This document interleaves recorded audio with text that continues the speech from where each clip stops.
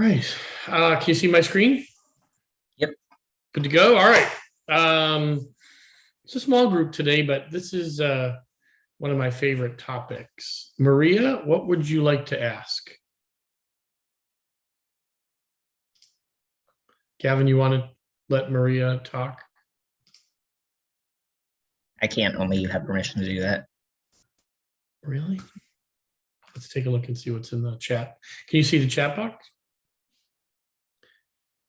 We cannot hear you, Maria. Let's see. Let's take a look at this. Why are there so few people? Let's get that out there. I don't even see Maria. All right, we're going to undo this. I'll stop sharing. Let's turn this back on. Let's see what we've got. Here, allow to talk. Allow to talk. I'm going to click through everybody and make sure everybody's got the ability to talk. All right. Well, Maria? Can you hear me now? Yes. Okay, good. All right. Go ahead and mute yourself voluntarily, though, while we're doing this, and I'll start with some of the rules. And they're not very many. If you've been part of this discussion in the past, there are hardly any rules. So one rule is stop me along the way if you have a question. All right. Gavin, can you see my screen now? Yep. All right. Terrific. All right, so we're going to get started. Look, today we're going to talk about a shift in the way people think about sustainability reporting. I've heard it said several times this week in meetings that we're looking for investor grade data. So we're basically taking machine room information and we're moving it to the boardroom. One of the things I'll refer to, and there's not many slides, it's a pretty quick moving presentation. But one I'll refer to is an Accenture survey that was done of 640 CFOs. Since I wrote this presentation, which last week, Davos just finished in Switzerland, and there's a lot more information about what's actually happening. And the SEC even had additional updates that they published yesterday. And those updates will put even more clarity into the market about what's expected. But what might be difficult to understand are how do these accounting-based principles apply to refrigerants? And so we're going to talk about that today a little bit because, these are brief topics. And also, I'd like to mention that the reason I'm so excited about this topic is since 1995, I have been eagerly anticipating that these changes would have major impact when they finally arrived. And the awareness that they're creating is exactly the type of awareness that we had always anticipated when we knew that not just enough for mechanics or operators to know what leak rates were and how they were affecting operations, but how would that affect the way people looked at refrigerants in both the boardroom and investors and banks.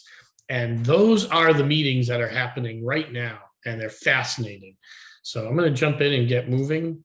I will not bore you with who I am. Most of you know who I am, and if you don't, well, we can follow up with that later. Let's start with this very interesting statistic.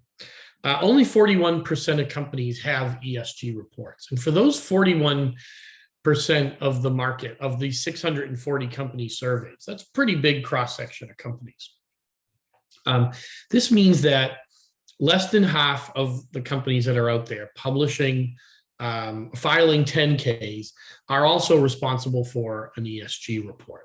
So this isn't really too big a deal.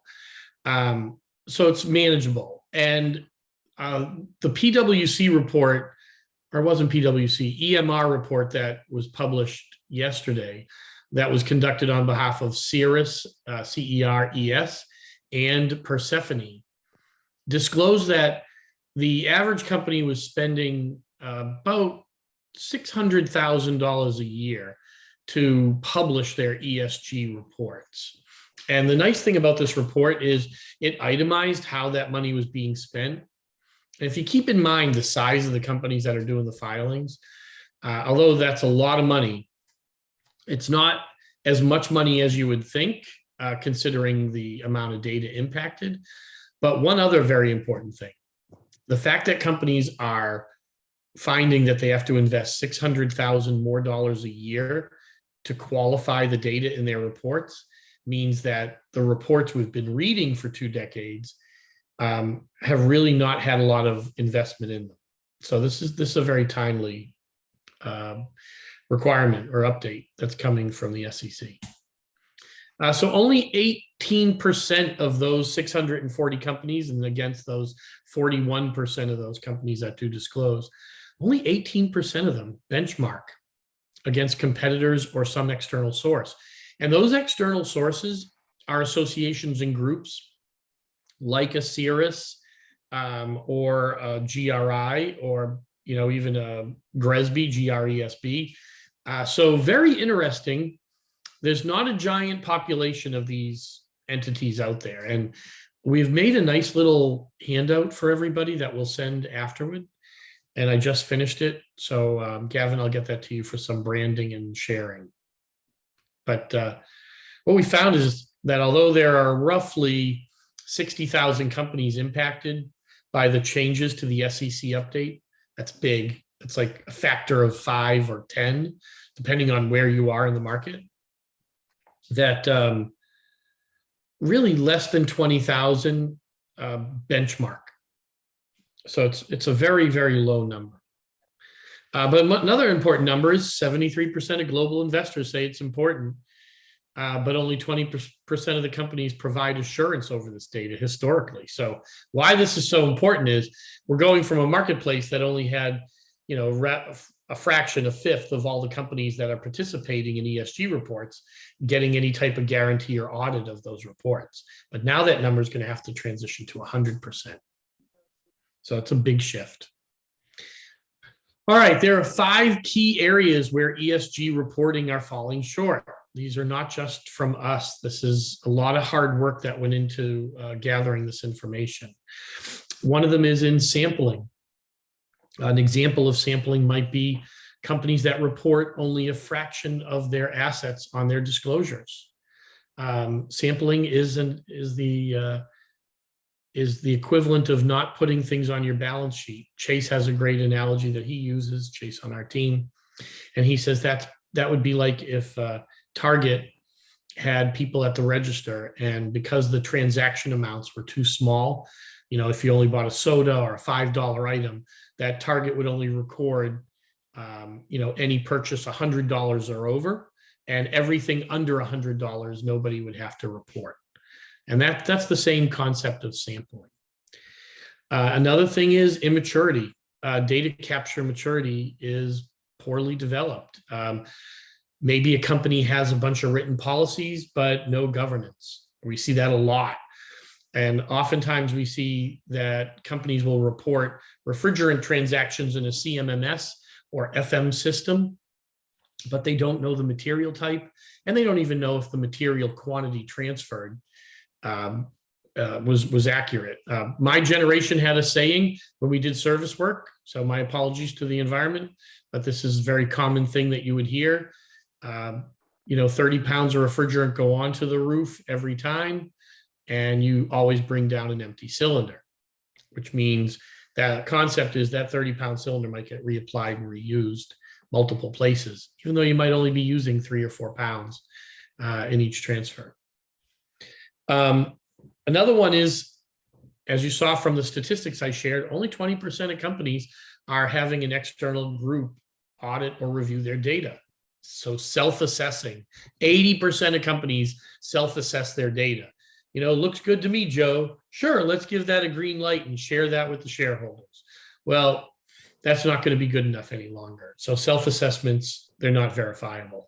Neither are Excel spreadsheets. I was on a call earlier this week with a really large consulting firm, and one of the things they were talking about was an issue with spreadsheets that they had received from a client. The client had assembled all the data, filtered everything, and then put all of that information onto a spreadsheet. It was done in a foreign country. The information was shared back here to the US, and it failed the assurance test. Spreadsheets are not usable in an assurance evaluation. So you can't verify data from a spreadsheet. Greenwashing, we're going to go through each one of these a little bit. Greenwashing, that's when the marketing message doesn't line up with the actions. And I've worked on some great examples of greenwashing, specifically in the HVACR industry. So we'll share that. And the last one is investor spin. This is really popular. Overcharging a company's sustainability credentials with misleading wording. It is not uncommon for a marketing group to look at the ESG reports and start to use the data that they get from an ESG report to talk about how great and environmental the company is, how environmentally forward they are. The problem is, if those claims in the ESG report are not accurate and those marketing claims are not accurate, then you go afoul of the FTC's information sharing process. So let's talk about sampling. Why does sampling happen? Well, sampling happens when you only report refrigeration, for instance, or you only report HFC emissions. I just read this in a report recently that a large grocer, not a client of ours, this is a public disclosure, published that their leak rate was growing because they were transitioning from HCFC refrigerants to HFC refrigerants. And since they didn't report leak rates on HCFCs, they said in their disclosure, and they only reported HFC emissions, like 404, 407, that it made it look like their leak rate was going up. Well, frankly, their leak rate was going up. It was rising because if they weren't reporting those leak rates in the non-HFC or ODS category, then we can likely assume that there were leak rates there. These ODS systems are old and they've been around a while, and so it's very common for those to leak. Another report that I read recently from the market, and why am I reading so many reports? Because it's our annual general meetings and lots of companies are publishing last year's numbers. So this is a very common thing. There's lots of data out there for us to review. But this one company said that since new refrigerants like HFCs were not the problem, they were just going to report their ozone depleting refrigerant emission numbers. And frankly, I was shocked because there is no accounting practice or principle that suggests that companies not report either ODS or HFC refrigerants. I could call them ODS or non-ODS materials. Even CO2, if you're running a CO2 system, you're still supposed to report the emissions from the CO2 system. All right, 50 pounds and over system. Boy, this is super popular. My compliance program tracks everything 50 pounds and over, just like the EPA tells me to do. Well, that's not how it works when you're reporting to shareholders or the boardroom. Again, that would be like, a large grocer only reporting people who bought $100 or more of groceries in every, purchase. And anything under $100, we're not going to record it. We'll just put it into a general fund and figure out what to do with the money later. This 50 pound and over thing is one of the biggest flaws in the sampling world. So sampling 101, include everything. If you don't know your emission rate on your smaller appliances, you can do some estimating for those. But if you do estimating, you're not allowed to use that in your disclosure for assurance. Okay, some people say because California has different rules.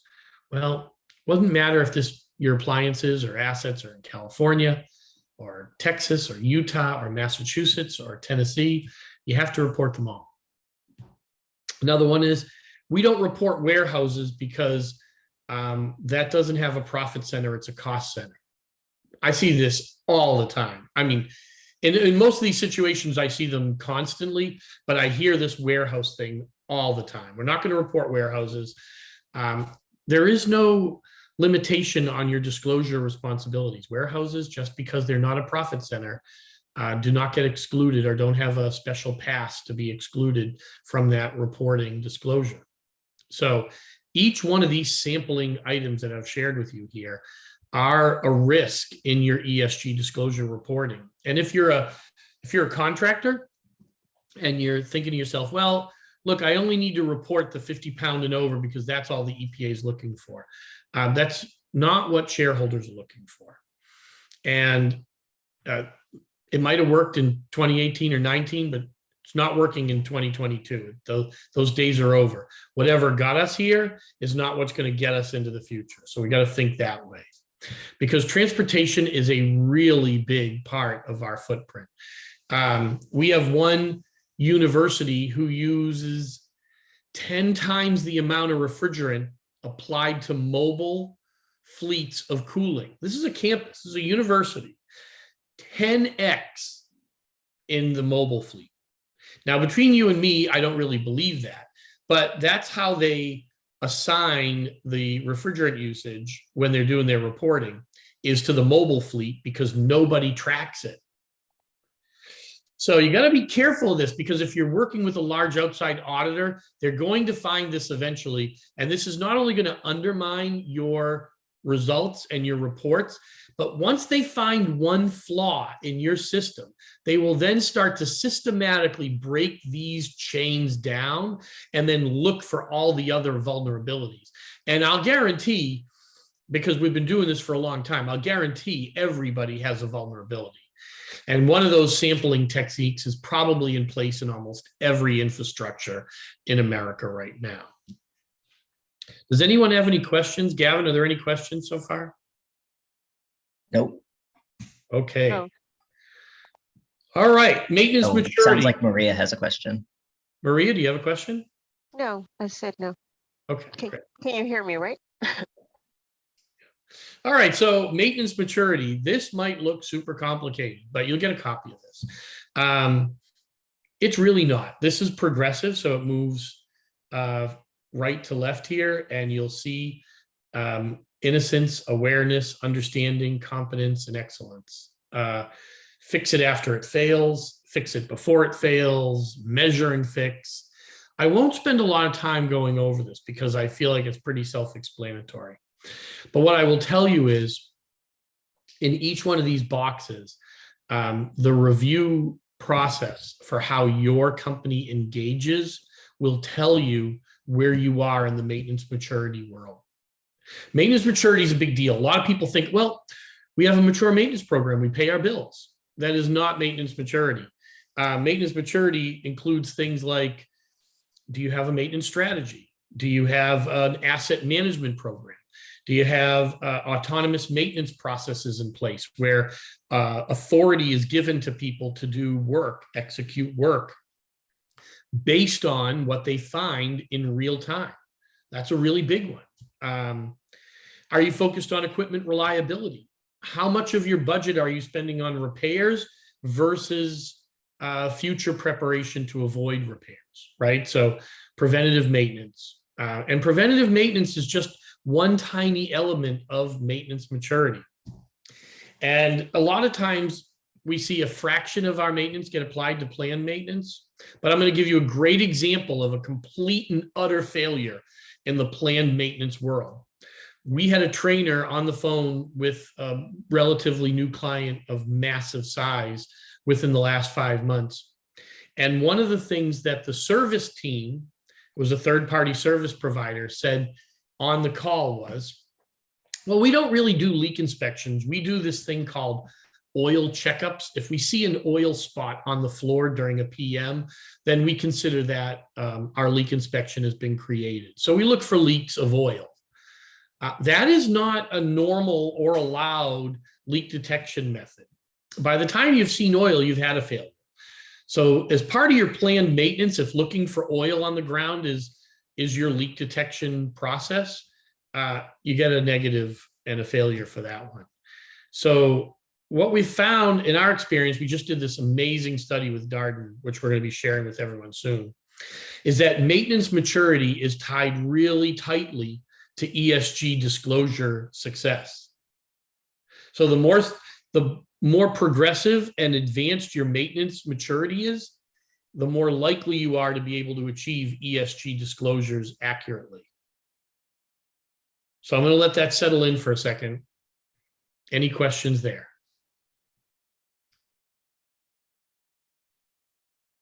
All right.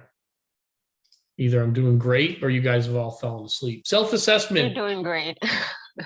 Self-assessment. This one's the easiest one of all, right? These are what we refer to as, the technical term is effort-based reports that are signed off on by site engineers or administrators, little or no verification to the work performed. And I'm going to give you two great examples of this that we live through every day. There isn't a day of the week where we do not get these two examples shared with us. And it frightens us every time. And it shouldn't, because it's frequent. Number one, a CEM or a facility on-site stationary engineer gets a report from a vendor that they did work. And they look at it and they go, yep, there's the invoice amount. It stayed below the $1,500. Now, this is a site engineer. It's a guy or person, a woman, who's at the facility near the equipment. And what they do is they get this and they on their computer, or they get a phone call. Hey, Joe, can you approve this? Hey, Mary, can you push this through? I'd like to get paid. They look at it and they go, yeah, that looks good. And they push the button, accept the work order with the pricing because it fell below that threshold. And once they've accepted that, it goes into the system. Now, that's a self-assessment. That self-assessment likely did not do any of the following things. It did not include them going down to review the equipment.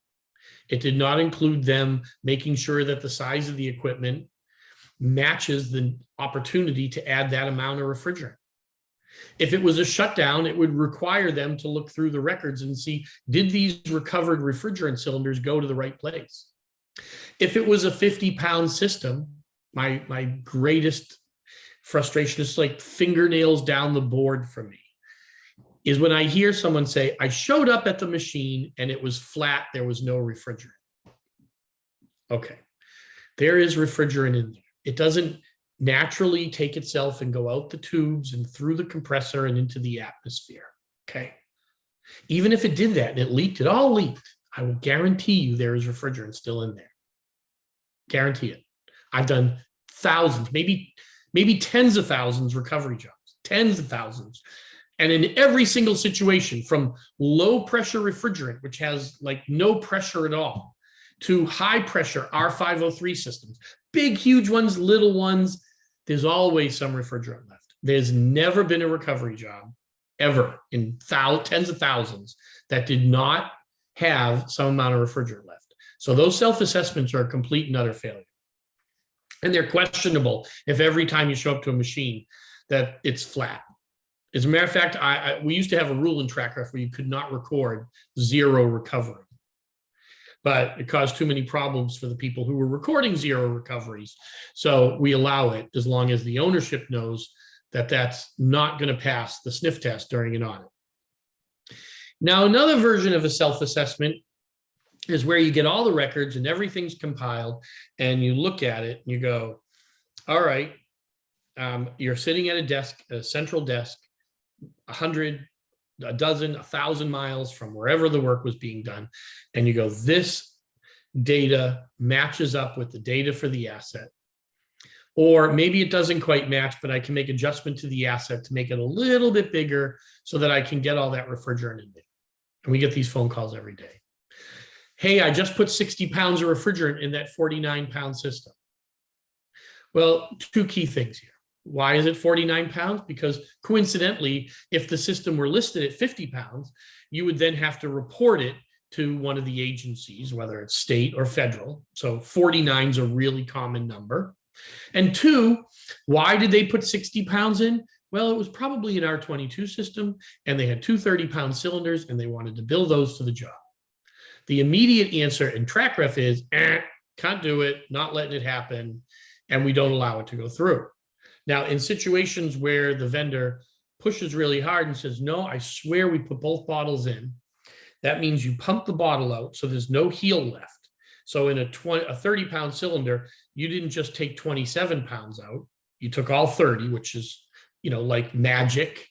It's special dust that you have that you can sprinkle over the bottle, and you get it all out because the bottle is very hard to get those last 3 pounds out of.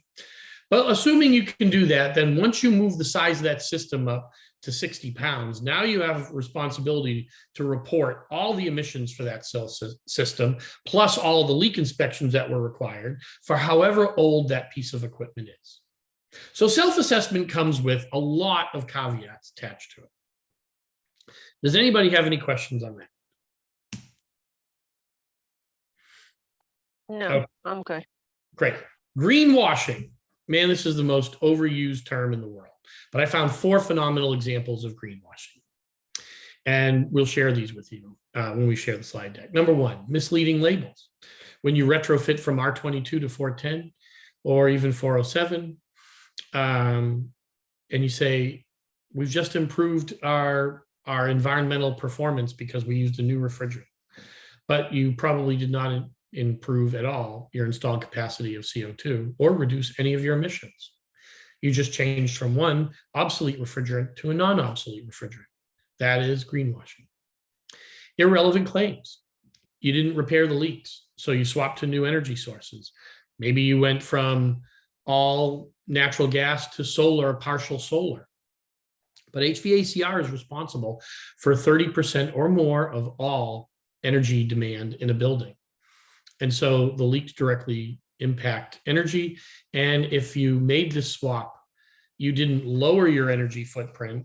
All you did is shift your energy footprint. So again, becomes what's considered an irrelevant claim. And all of these titles, misleading labels, irrelevant claims, these are terms that are used in the ESG community when they're evaluating and scoring data. So these are not my terms. These are just terms that we used and then met with different people and got their input on whether these claims were legitimate or not legitimate in that scoring process. All right, number 3, you replaced R22 with 410, but claim it's new and better, but your GWP just went up. And it's possible that your GWP may even increase more because your 22 system used less energy, and now your 410 system is going to use more energy. There's also another caveat to this element of greenwashing, and it's not really an intentional greenwashing item, but if you have a 49-pound system and it's 410, it's got a really large evaporator, and this large evaporator is needed for R410. But when you swap out the 410 for something into the next generation, like 448 or 449 or 454, you may go from a 49-pound system to a 60-pound system. This is very common because the evaporator is so large that what ends up happening is it needs more refrigerant to flood that evaporator. So this is a real common problem. So unintentionally, your GWP may stay the same, what they refer to as your GHGP, or your site-wide GWP for your installed capacity. Because if you had 10 pounds of 410, which is roughly 2,102 GWP, now you may have, and I'm making that number up, but let's say you have to double it to 20 pounds of 448, which I think is 1348. Your number could go to 2,600 for your site-wide GWP. So you could go from 21,000 to 26,000 for your site level installs unintentionally because the size of your evaporator on those 410 units is just monstrously large. But if you're retrofitting from 22 to a 449 or 454, you might find that that's actually better, because you can actually swap out the materials. You can do a true refrigerant retrofit. All right, lastly, and when I say hidden trade-offs, This is literally the last of the 4 items that applied to HVACR in the audit world. So hidden trade-offs. So you're only reporting emissions from HFC systems. And I mentioned this earlier. So when you swap from 22 to 410, your leak rate increased. But in reality, this is greenwashing because there's a hidden trade-off to this, because you've systematically been ignoring those emissions in your reporting responsibilities anyway. These are 4 very structural things that if you're responsible for reporting or you're responsible for material transfers, that you'll just want to pay attention to. Or even if you're a shareholder and you're reading these reports and you have to worry about what disclosures look like, this is the four of the things in the fugitive emissions scope 1 reporting realm that will impact your score. Okay, so this is directly related to the FTC Green Guides, which not very often talked about in the HVACR world, but I found 3 specific references. In one investor document, I found an R123 retrofit was being recorded, and they said it was safe for the atmosphere. Well, this is deceptive. It is not safe for the atmosphere, but this type of disclosure under the new SEC requirements will not be allowed. But more importantly, technically, and I'm not doing any reporting here, the company that disclosed this is actually in violation of the FTC's Green Guides. It's fraud. Another one that I've noticed a lot lately is we used X% of reclaim in our refrigerant services process. Well, this is not a claim that's either easy to make or likely legitimate. There is no AHRI certified reclaim material model. It doesn't exist. Because of the way the EPA's regulations are written, they say you must adhere to AHRI 700 standard. AHRI 700 standard is a process of returning reclaimed material back to virgin. In almost every single situation, everybody blends refrigerant on the reclaim side. And if they don't blend refrigerant, it is not allowed. There is no allowable reclaim label. I was a reclaimer once, and I labeled 3,000 cylinders as post-reclaim material. I had to recall all 3,000 cylinders. I had to destroy the cylinders, and I had to relabel it as virgin.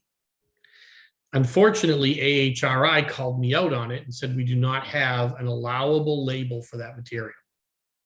So having suffered the penalties of that process, I know exactly where the limitations are.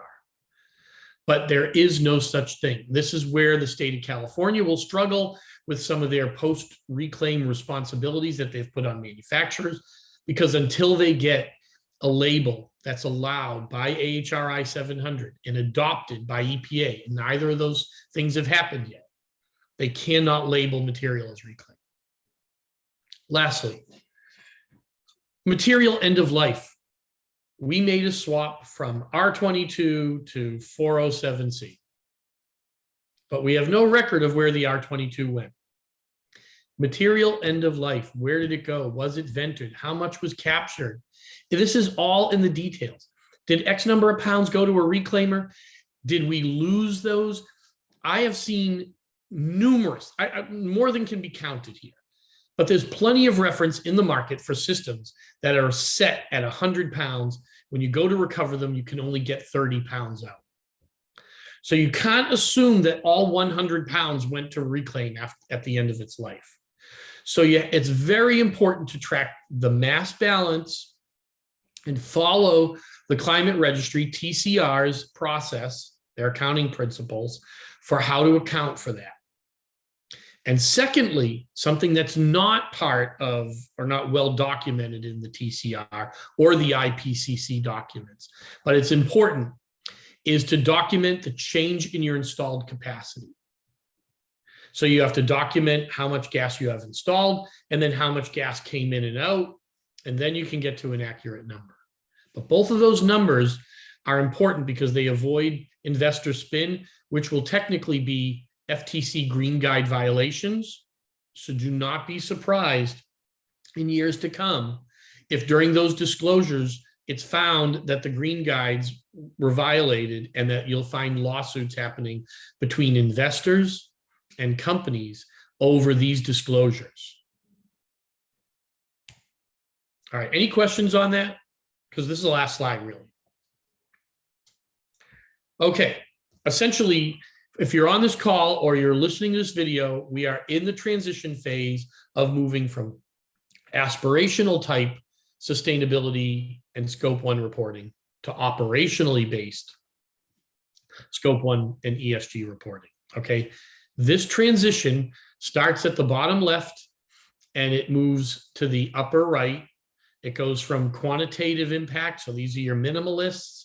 These are the people who are just trying to get the minimal data out.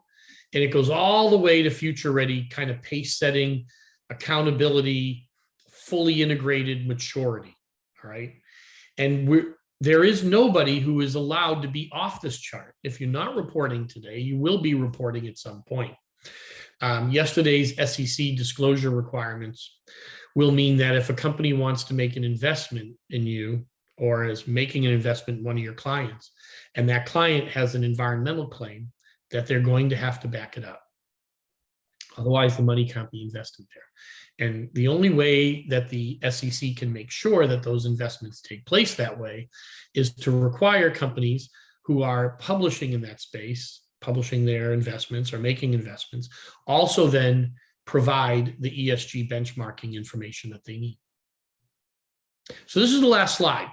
Today's discussion, I hope, penetrated the world of vulnerability in ESG disclosures and what will be part of the battle line between converting this gray area that's existed for 2 decades, just about. I think our first ESG reports were in 2004. But as we go from gray to black and white, and we get to this improved disclosure, these are some of the topics that will be front and center. Okay, 37 minutes. I carried on a little bit more than I wanted. Are there any questions by anybody? No, I'm good. Okay, Chase, you want to add anything?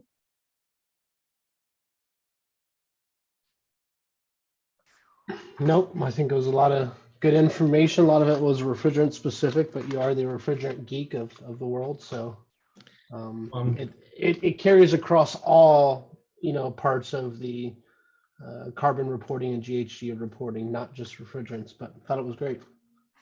Good. Yeah, I mean, look, I want everyone to be well armed and well prepared. I'm not the only geek here. If you're on this call, you're a refrigerant geek. So I'm wide open to hearing suggestions. We spent a lot of time interviewing people to build this slide deck so that it would be practical, not just one of those discussions where you hear about the theories behind what's happening. This is the actual practical battle line set of issues that HVACR pros and experts will be experiencing over the next 3 to 7 years.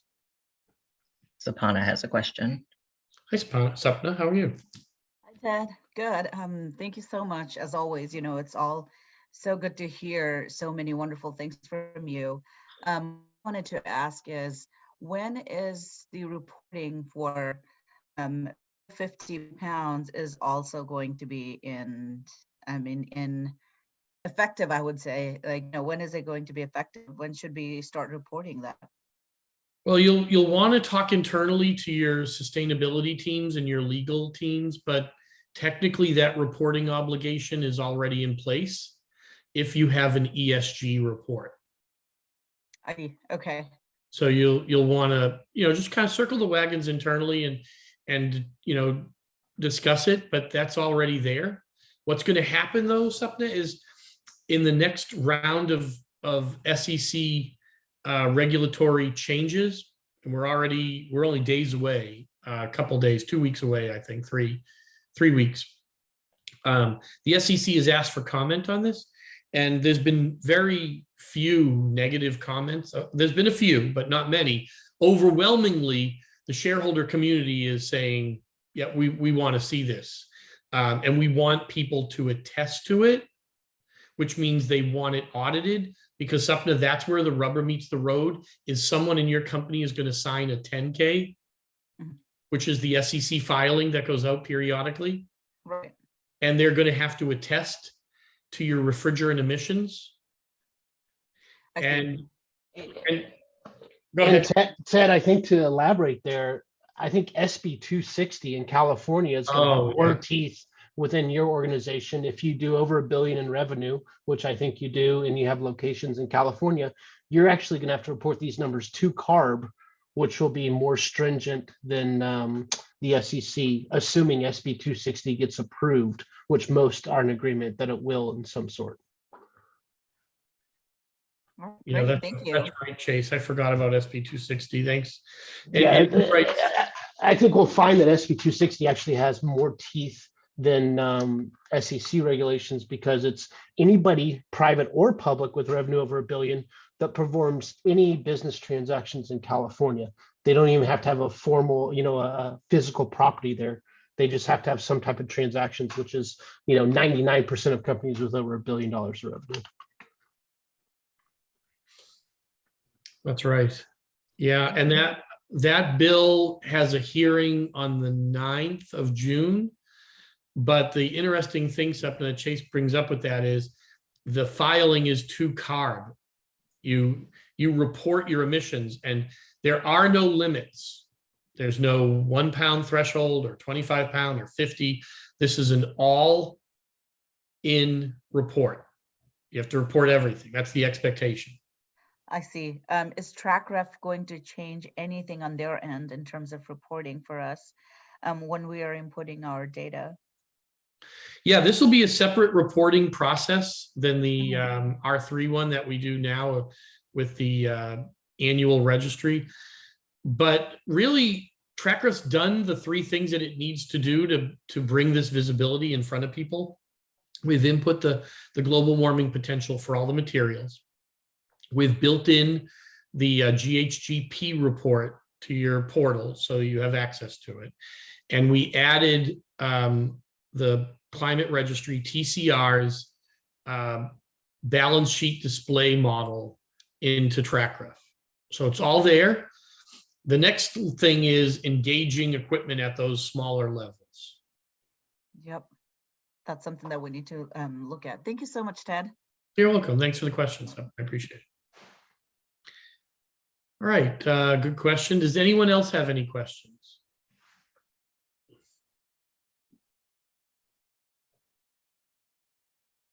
All right, well, really, thank you for letting me share 40 minutes of your day with you, or just 45 minutes of your day. I appreciate it. We'll make sure you have access to all the content in the coming days.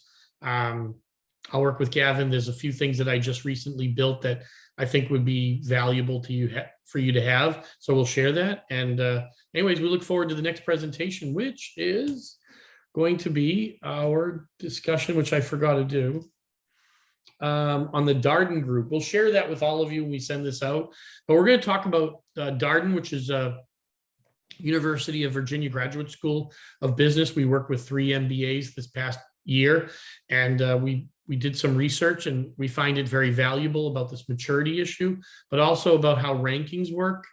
And we'll be able to talk a little bit about scoring, and I look forward to sharing that. I really do. That's on June 9th at 12 o'clock Eastern Standard Time. All right. Thank you. Nice talking to you. Bye, Maria. Bye, everybody. Bye.